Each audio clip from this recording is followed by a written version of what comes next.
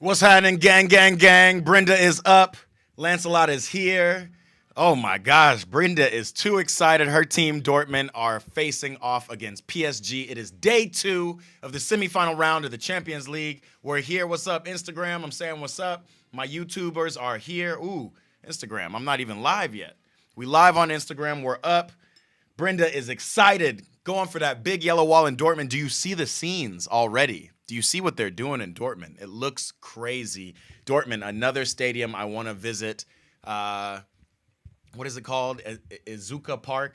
Definitely want to go check that out one of these days in my life. Take a little eat, pray, ball trip. But we are here, y'all. We are here. It's going to be good. Lancelot, what's up? Happy Wednesday to you. Man, let me talk to you about my boy Kylian Mbappe. I've talked a lot on this about the legacy that he could possibly hold. You know, somebody had made a comment one time about Americans and legacy and why we talk all about that. But I truly believe that Kylian Mbappe is super special. He is a once-in-a-generation talent and could be probably the greatest talent we've ever seen in the world of football. That's where Project Mbappe started. That's where everything has come out of seeing this kid, you know, completely ball out at the World Cup, ball out for Monaco and score record number of Champions League goals for a teenager and a kid in his young 20s. He's been on Paris for 5-6 years now, has had the likes of Messi and Neymar and Di Maria and other world beaters play with him.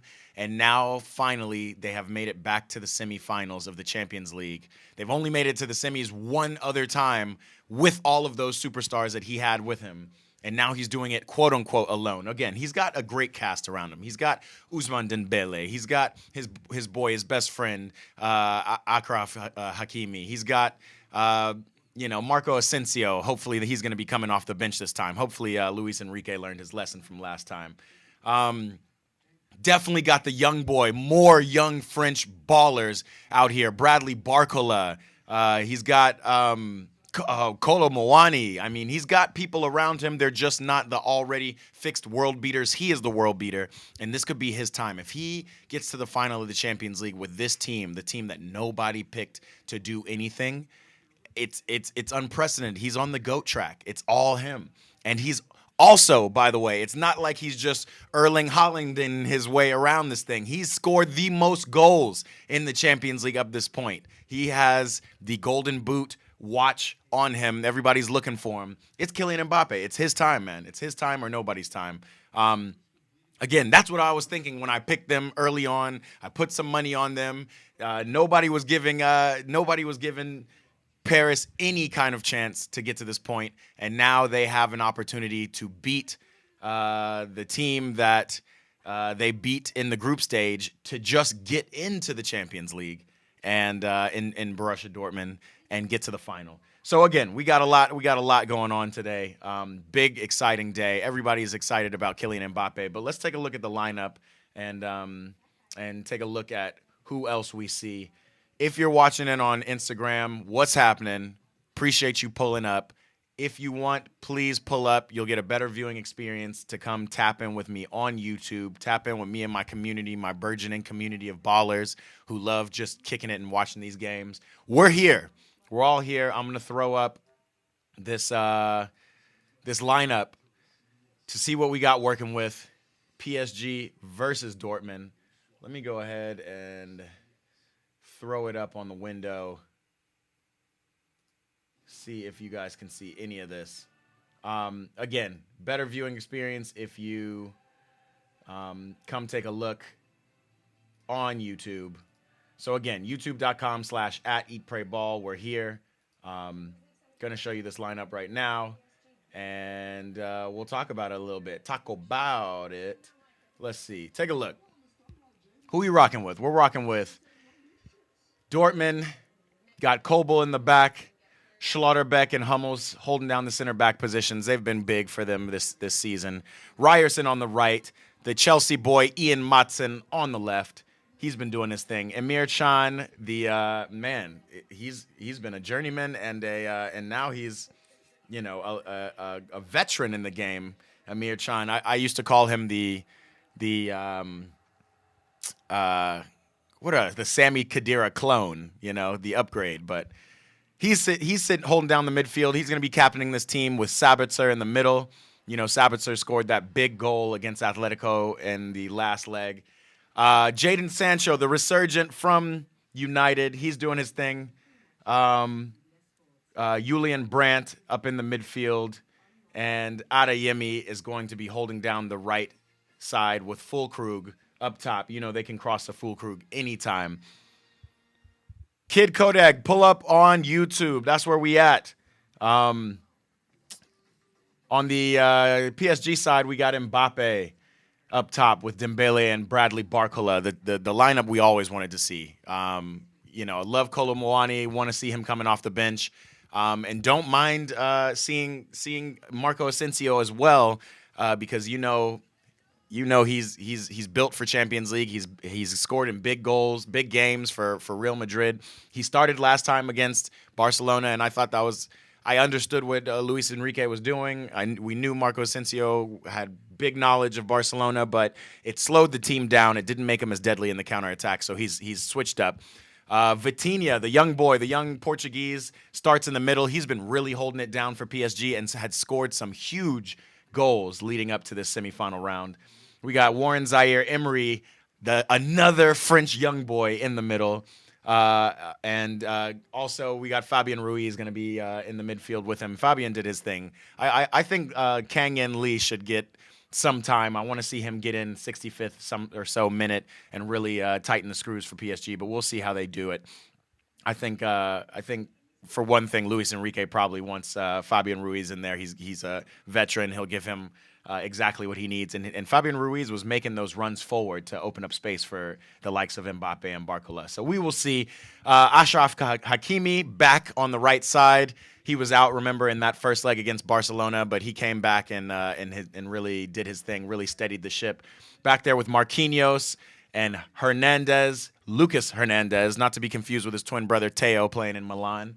And we also got Mendes, who has really showed out, especially in that first leg against Barcelona. They were really trying to pit the 17-year-old Lamine Yamal to come and ball out on him. He definitely balled out in the second game, but I think Mendes is a great burgeoning left back, especially for that Portuguese team. Hopefully he'll be in the Portuguese side this summer for the Euros because he deserves it. And then we got one of the best shot stoppers in Europe, Donnarumma. He is not really good with his feet, and I got to be honest, he's not really good in the air, but he is going to be out there doing his thing. Is this enough for PSG to get it done? That is the question. We hear, my people on Instagram tapping in, Shaways, we hear Champions League semis are mid, bro? What? We just saw 4 goals yesterday. What's been mid about this? What you mean? Bayern and Real Madrid was good, but this game could be boring. Just hoping it's Real Madrid versus PSG in the final. I think a lot of people are hoping that. I wish people would hope that a little bit less because, the more we want something, the more it doesn't happen for us. A lot of people wanted Man City to play, I think Bayern later on. Nobody wanted Real Madrid. I don't know. We don't want that. We just want a good we want good ball, Shaways. I'm with you, but this is not going to be as boring as you think. I promise you. Sir Lancelot said they called you a madman for believing that PSG would be in the semis. Let them know, my dog. Lancelot has been with me through thick and thin. Y'all know I've been supporting PSG. Again, PSG is not my number one team. I'm a Chelsea fan. Chelsea not doing that well this year. It's been tough. You guys have seen it. But PSG and my boy Mbappe have been getting it done. They didn't think they would get this far. Who did? God did. I did too. I'm not God, but God did and I did. We here. Miss Bree said switched phone. Okay, Miss Bree switched to their phone. She's up here. She got her computer up with the game, and she's still tapping in. She's saying Dortmund, Dortmund, Dortmund. I'm really excited. Dortmund is no ho. I'm going to say that right now for all of y'all. Like, this is not a team to be playing with. PSG have a lot to do. Remember, in the group stages, on both accounts, PSG barely squeaked by. Especially in that last game of the group stage. It was really important for PSG to get a goal and to get past Dortmund, and it was really tough for them. They had to draw a PK, which Mbappe finished. Mbappe, again, leading goal scorer, and I think he's tied right now, but Golden Boot, top of the list for Golden Boot in the Champions League right now. He's doing his job. Ousmane Dembele just started scoring bangers, scored 2 worldies on Barcelona. Super important. He's going to be super important in this game. I think Bradley Barcola has been the X factor for PSG thus far, man. That man, again, only 18 years old, has no conscience. He just wants to attack defenders, just goes at them. Very speedy, very quick, very good with his feet. But the finishing is actually the thing that has been the most impressive for me. Typically, you see young players who can very easily dance past defenders.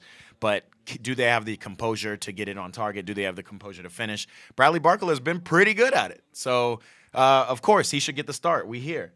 Any other players to highlight? Man, Julian Brandt has been doing his thing, holding it down. Do you remember when he was like the top? It was like him and a former PSG guy and Julian Draxler, right? Both him, Julian Brandt, and Julian Draxler were the young Germans just after the 2014 World Cup when Germany won, who were picked to kind of bring Germany into the next generation. And as you see, as we know how football works, it takes time and there are pitfalls. Obviously, Julian Draxler goes to PSG during a time where they're just still in Galacticos era, right? Y'all remember that? And so he never really got time to really get on the pitch. I remember thinking Julian Draxler is like one of the best young players. And now where is he, right? It's tough. It's tough to see, but that's what happens. But Julian Brandt has really plied his trade and figured it out and is doing his thing at Dortmund. He might become, the next Marco Reus, just a loyal to the soil, stays in Dortmund, does his thing. You know how Dortmund, sell all their players off to Bayern. So I'm not sure if Julian Brandt is trying to do that or if he's trying to stay at Dortmund and just do his thing. But he has been doing his thing. Lancelot, any goalkeeper in Sunday League plays better than Donnarumma, respectfully. Let's talk about Donnarumma, bro, because I think he gets a lot of flack for what he's been doing. He gets a lot of flack, but at the same time, he got a lot of early respect, and there were question marks around it. He was playing on Milan. Milan were not doing well, but it was all Donnarumma. Then they win the Euros. Remember, Italy won the 28, I guess it's 20, the 2020 Euros, right? Man, can't remember because that was COVID time. They beat out England at the end of the game. They went to PKs and Donnarumma became that world-beating goalkeeper. So yes, I agree. He's a little overrated. I didn't understand the move to PSG. PSG had Keylor Navas, 3-time Champions League winning goalkeeper Keylor Navas for Real Madrid. And for some reason, they just wanted a bigger name. That's what PSG does. That's what they've been doing. They've since switched, right? Now they've brought in Luis Enrique, steady the ship with a real big-time coach. They've had some big-time coaches in the past, too. Let's not forget. They've had the Pochettinos. They've had the Thomas Tuchels, who really just couldn't get it done with the superstar power that they had. Once Neymar and Messi left, it seemed like PSG finally kind of switched their thinking, and they've been being on more of a development track. Development is a little bit overused in my opinion. It's not they're not developing these players, but they do have a lot of young French talent that they're willing to play instead of bringing in these certified superstars like a old Lionel Messi or paying Neymar $200 million. Now all that money is funneled straight into Mbappe's account, and then the rest of these kids they're trying to build up. So they brought in Kolo Muani, young French superstar. They've got Bradley Barcola, who's on the French U21 team, and I mean, based on what he's been doing in this Champions League campaign, I think he should be on the France Euro team. I think more likely he'll end up on the Olympic team playing in Paris this year, but I think he should be at the Euros, to be honest. They've got a Warren Zaire Emery. Same thing, 18 years old, absolute baller. Like, This PSG team is a fun team to watch, full of young kids who know what they're doing, who aren't afraid to shine in the biggest moments, and you're going to see it. You're going to see it today. You're going to see it today in Dortmund. And let's not get it twisted. If you guys have this Champions League turned on right now, you see how hostile it is in Dortmund. You see that big yellow wall full of thousands and thousands of fans, all in yellow, flags jumping up and down. It's intense. It looks like a great atmosphere. Lancelot says, Euro 2021. With Azzurri, he's been decent, right? Right? Donnarumma does do well with the Italian team. Obviously, they're a more defensive setup, but he does do well. But I will give you that, like, in the air, for being 6'7" with a probably 7'2" wingspan, this man should not be falling on the ground or fumbling balls. This man should be Randy Mossing any set piece he should. He should be jumping up and catching that. And Donnarumma is just not that good at that. It's very interesting. Also, with his feet, Luis Enrique at the beginning of the season really tried to employ the tactic of playing out of the back, drawing the defense in so that they can now then spring their speedy players that I mentioned in Dembele, Barcola, Mbappe, Kolo Muani, springing them in space on a counterattack. It was a great idea. Obviously, they've evolved from that a little bit. Now they're kind of working in a possession-based system and trying to make the midfield make runs from deep to unsteady the offense while their skill players kind of are more on the ball. It looks good. Again, Luis Enrique is a real big-time coach. Y'all remember the MSN, Messi, Suarez, Neymar, that he took all the way to Champions League glory. It wasn't just those great players, but it also happened to be Luis Enrique and his tactics. He did a lot for that team, and he's doing a lot for PSG, obviously. As you can see, they are top of France, almost, I think, 10 points or 11 points ahead of the second-place team, and they're in the semifinal of the Champions League. So Luis Enrique is doing his thing this year. So, yeah, look for that. I think Donnarumma, the less he plays with his feet, the better.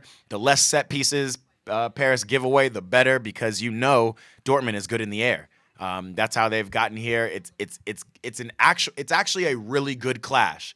It's going to be Dortmund trying to be defensive and strong in their lower block, and then breaking out on the counterattack and putting balls in the air that should be difficult for Marquinhos and Hernandez to deal with. Right? They're not going to have a lot of runs in from the back. They're not that kind of team. You're going to see more of Jadon Sancho trying to get on the ball, Julian Brandt trying to get on the ball, and them getting it out wide to get crosses in from the deep running midfielders and Sabitzer and Emre Can. We're going to see that versus PSG, who I do think will claim more possession even at Dortmund's home. And I think they're going to be trying to suck in Dortmund's defensive pressure so that they can spring out, get in behind, and get on the counterattack. We will see. We'll see how it goes. Lancelot says, far from that, he hasn't accomplished the expectations. Facts. He's still talking about Donnarumma, and it's facts. So not only is this a chance for Kylian to really cement his track that he is top two and not two ever. He is top one, and he's not just one. He's the only one. This is big for him, but it's big for the other players. It's big for, again, the young French players and Warren Zaïre-Emery and Bradley Barcola to kind of cement their place in the world stage. Maybe they get big contracts and PSG sell them, or maybe PSG continue to develop them and they end up having, we all know Kylian's leaving for Real Madrid next year, so they end up having enough talent around them to continue this and build the team around Ousmane Dembele. But it's big for Donnarumma too. It's big for Donnarumma to show that he really is a big-time keeper. If he can have a Euro trophy in his trophy cabinet, and he can also get a Champions League in his trophy cabinet, he's got some French titles, then Donnarumma becomes back in the top 5, top 3 of world keepers. It's just how it happens. We will see. We got about 9 minutes till kickoff. You know what we do when it's 10 minutes left. We go and see what the bookmakers are talking about. Let's take a look. We got Dortmund, Paris Saint-Germain. Dortmund to win this is plus 180. PSG to win it is plus 135. And a draw is plus 275. The bookmakers are saying they think this will be a tie, just like yesterday's game. Nobody's coming out of this game clean. They think, man, look at the scenes in Dortmund. The whole stadium is yellow. Like, they are serious. And you know, and let me tell you, just from my experiences in Newcastle in those group stage games, I know the PSG Ultras travel. I can't see them at all in this big yellow stadium, but the PSG Ultras are there. They're going to be loud. They're going to be throwing stuff. It's fun. It's a crazy environment. This is the environment to be in if you're a Champions League lover like I am, man. Look at all those flags. There's probably 50 flags being waved in that big yellow wall right now. All right, let's look at the odds. So we said plus 275 for a draw, plus 135. They're picking PSG if it's not a draw to no, I'm sorry. Plus 275 is them saying that it's not going to be a draw. More than likely, it will be PSG who win it or Dortmund who win it. That's what they're saying. You get more money if you put money down for this game to draw. Let's see some of the propositions because those are all fun. Hold on. Let's dive in a little bit. Let me tap back in with you guys. Who's with me over here? Instagram.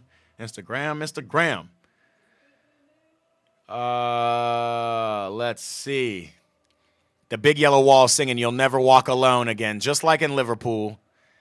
We all remember the old days of Jurgen Klopp coaching this team. Thomas Tuchel also coached this team. Dortmund have a lot of history. They've been to the Champions League before. They've been to finals before. They've done their thing. Like, they've won before. This is not an easy place to just go. Look at all of the flags. All right. Hold on, I'm going through them. Sorry, guys. I'm all over the place today because it's exciting stuff. All right, that's a prop builder. Let's see.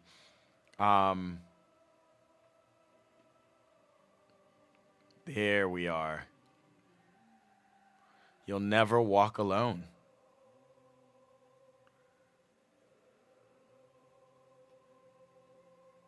I don't know why I miss this every time. There it is. I'm just looking at some of these. To qualify, Dortmund are at plus 190. Paris are at negative 245. So to win this two-leg title or this two-leg matchup, Paris are the overwhelming favorites.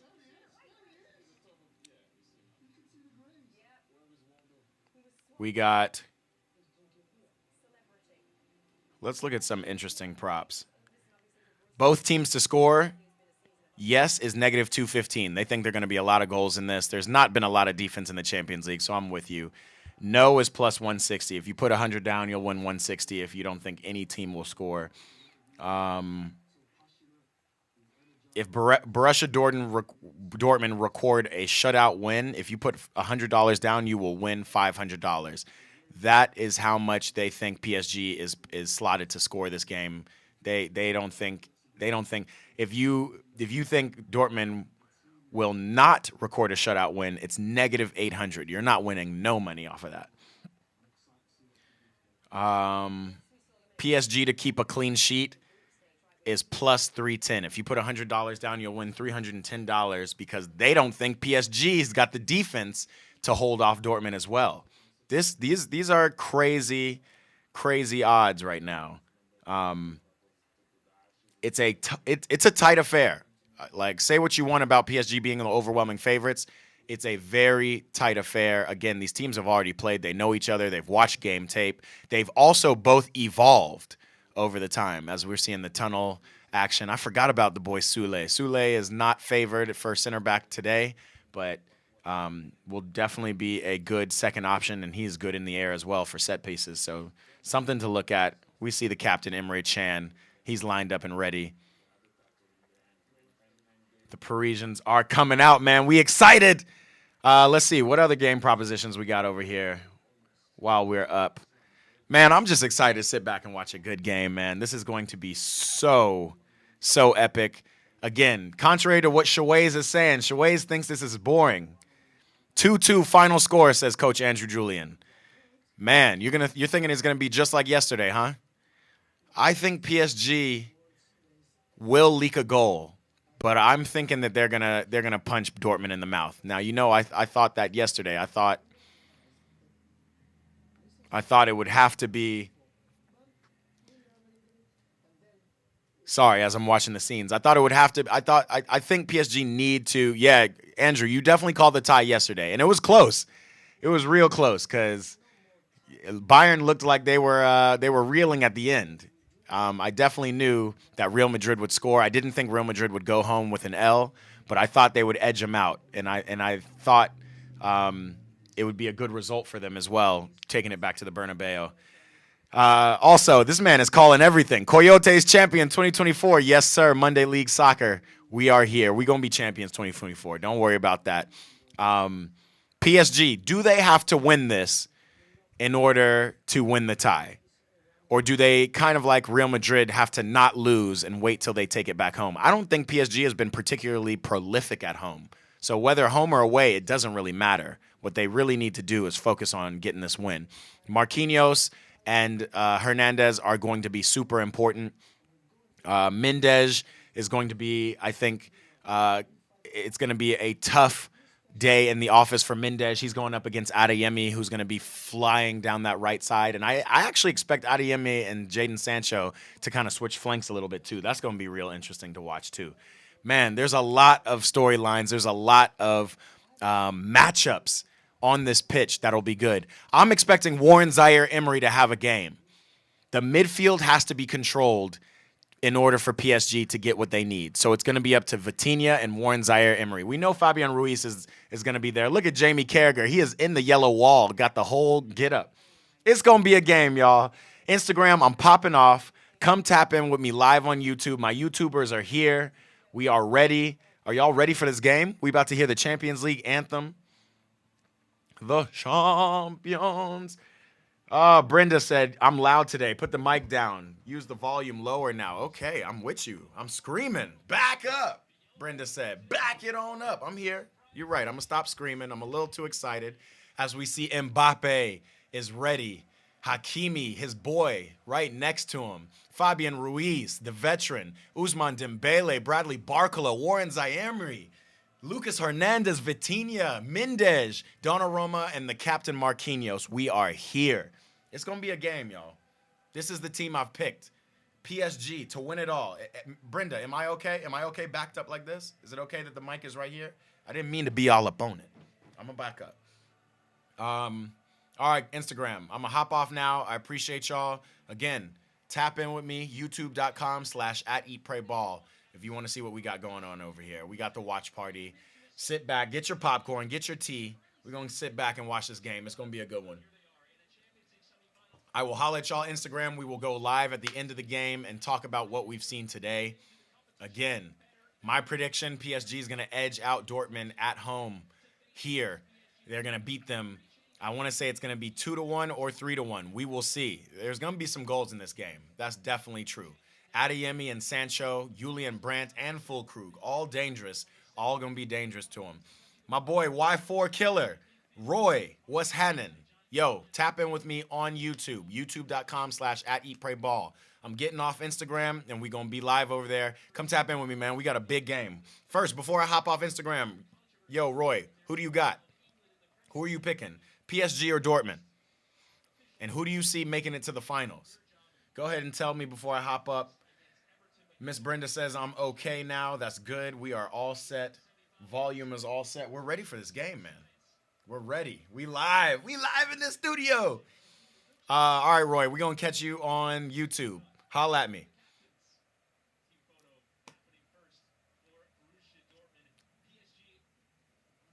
Let us switch over to YouTube. We here. Emery Shine. Yeah, the mascots, they typically come from like local sponsors, and yeah, and then they like just dress them up and bring them out. It's like local teams around the yeah. Mm-hmm. All the group chats are popping on my phone, so if you hear my phone ringing, that's all you got. Dortmund is going to win, Brenda said. I got no score line, but watch this space. I feel you.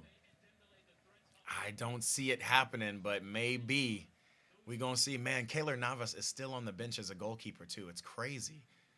But Donnarumma is certainly that guy right now. Y'all can't see, but I have the dog right here with me. She is sleeping good.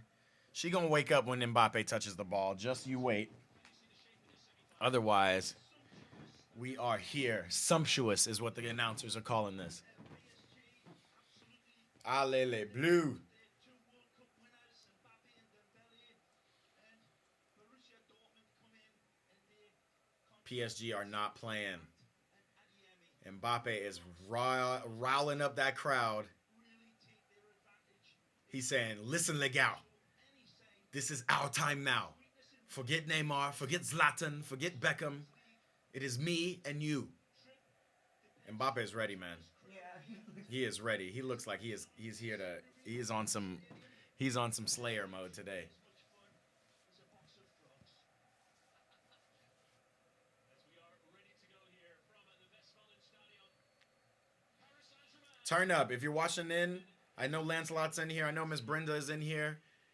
Tell me where you're hitting, where you're tapping in from, and who you think will win. Sent out for lunch every game. Just one specialist cornerback where Ooh, PSG are already knocking it. that back line they were in shape with Marquinhos, Hernandez, Hakimi, and Bruno Mensch, exceptional footballers, but it's very, very attack-minded, and that was the surprise in many people's eyes. Lucho coming out and going to be fighting fire with fire. Bradley Barcola Everything this playing Mbappe. Yikes. Angelo Hernandez, that ball Already, it's beautiful. out for a throw into Borussia Dortmund. And then Terzic in charge of this team. I gotta be honest, these guys are locked in right now.